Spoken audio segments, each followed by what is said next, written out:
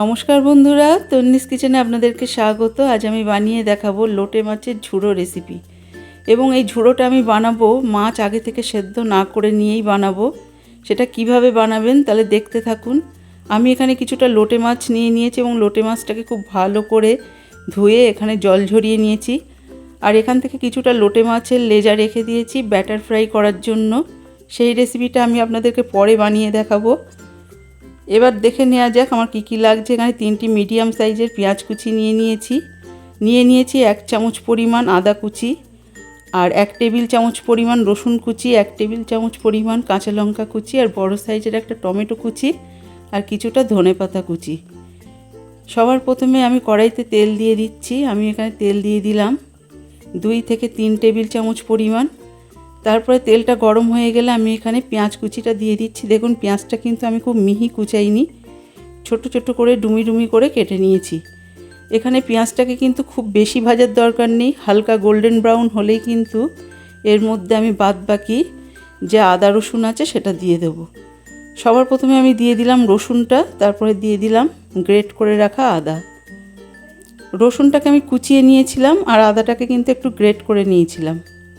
এখানে কিন্তু বাটা আদা দিলে খুব একটা ভালো লাগবে না। তারপরে 15 সেকেন্ড মতো নাড়িয়ে নিয়ে দিয়ে দিচ্ছি কাঁচা লঙ্কা কুচি আর টমেটো কুচি। কাঁচা লঙ্কা আর টমেটোটা দেওয়ার পরে আরও 15 থেকে 20 সেকেন্ড মতো আমি এখানে কষিয়ে নেব। এখানে কিন্তু পেঁয়াজ আদা রসুন খুব বেশি ভাজা হবে না, হালকা একটু রং হলেই চলবে। এরপরে আমি গ্যাসের ফ্লেমটা একদম কমিয়ে দিয়ে লোতে রেখে মাছের পিসগুলো একে একে ফ্রাই প্যানের উপরে সাজিয়ে দিচ্ছি।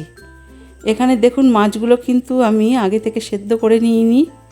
এতে কিন্তু পুষ্টিগুণটাও একদম অটুট থাকবে, যেটা চোখের পক্ষে খুবই ভালো লোটে মাছটা। এবার মাছগুলোকে আমি সাজিয়ে দেওয়ার পরে উপর থেকে দিয়ে দিচ্ছি 1/2 চা চামচ পরিমাণ নুনটা এখানে কমই দিতে হবে।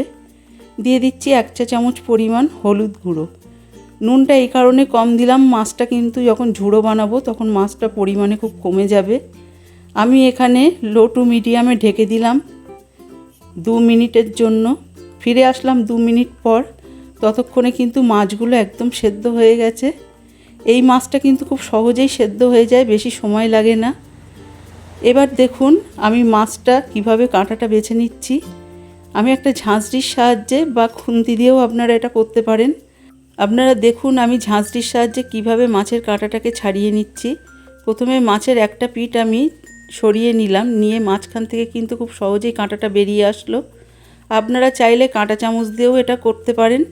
দেখুন কাঁটা চামচ দিয়ে প্রথমে মাছের একটা পিঠ আমি এখান থেকে ছাড়িয়ে নিচ্ছি। নেওয়ার পরে কাঁটাটা কিন্তু খুব সহজেই বেরিয়ে আসলো। আর এই কাঁটাটা কিন্তু বাছতে একটুও কষ্ট নেই, খুব সহজেই বেরিয়ে আসে। দেখুন এখানে কাঁটাটা বেরিয়ে এসছে। আমি এবার কাঁটা চামচের সাহায্যে কাঁটাটাকে তুলে ফেলে দিচ্ছি। এখানে সব কটা মাছের কাঁটা আমার ছাড়িয়ে নেওয়া হয়ে গেছে। আর এইভাবে কিন্তু লোটে মাছের ঝুড়ো বানালে এখানে যে এক্সট্রা জল বেরোয় সেই জলটা কিন্তু খুব তাড়াতাড়ি ড্রাই হয়ে যায়। এরপরে কিছুটা জলটা শুকিয়ে আসলে আমি এখানে দিয়ে দিলাম 1 চা চামচ পরিমাণ শুকনো লঙ্কার গুঁড়ো। লোটে মাছের ঝুড়োটা কিন্তু একটু ঝালঝাল খেতেই ভালো লাগে। আর এখানে কিন্তু মুখটা অরুচি হলেই লোটে মাছের ঝুড়ো বানিয়ে খাবেন, মুখের অরুচি কেটে যাবে। এবং দৃষ্টিশক্তি বাড়াতেও কিন্তু এর জুড়ি মেলা ভার। আপনারা অবশ্যই একবার লোটে মাছের ঝুড়ো বাড়িতে ট্রাই করুন, দেখবেন খুবই সুন্দর একটা রেসিপি। আমার এই রেসিপিটা যদি ভালো লাগে তাহলে অবশ্যই সাবস্ক্রাইব করবেন, লাইক দেবেন এবং শেয়ার করবেন। সব শেষে দেখুন যখন লোটে মাছের এক্সট্রা জলটা শুকিয়ে গেছে এবং ঝুড়ো ঝুড়ো হয়ে গেছে, সেই সময় দিয়ে দিলাম আমি এখানে 2 থেকে 3 টেবিল চামচ পরিমাণ ধনেপাতা কুচি।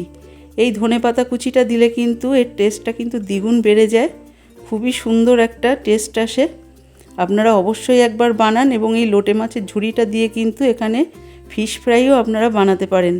সেই রেসিপিটাও যদি আপনারা দেখতে চান আমার কাছে কমেন্ট করতে ভুলবেন না, আমি অবশ্যই আপনাদেরকে বানিয়ে দেখাবো। এবং পরবর্তী রেসিপিটা কিসের উপর দেখতে চান আমাকে জানাবেন।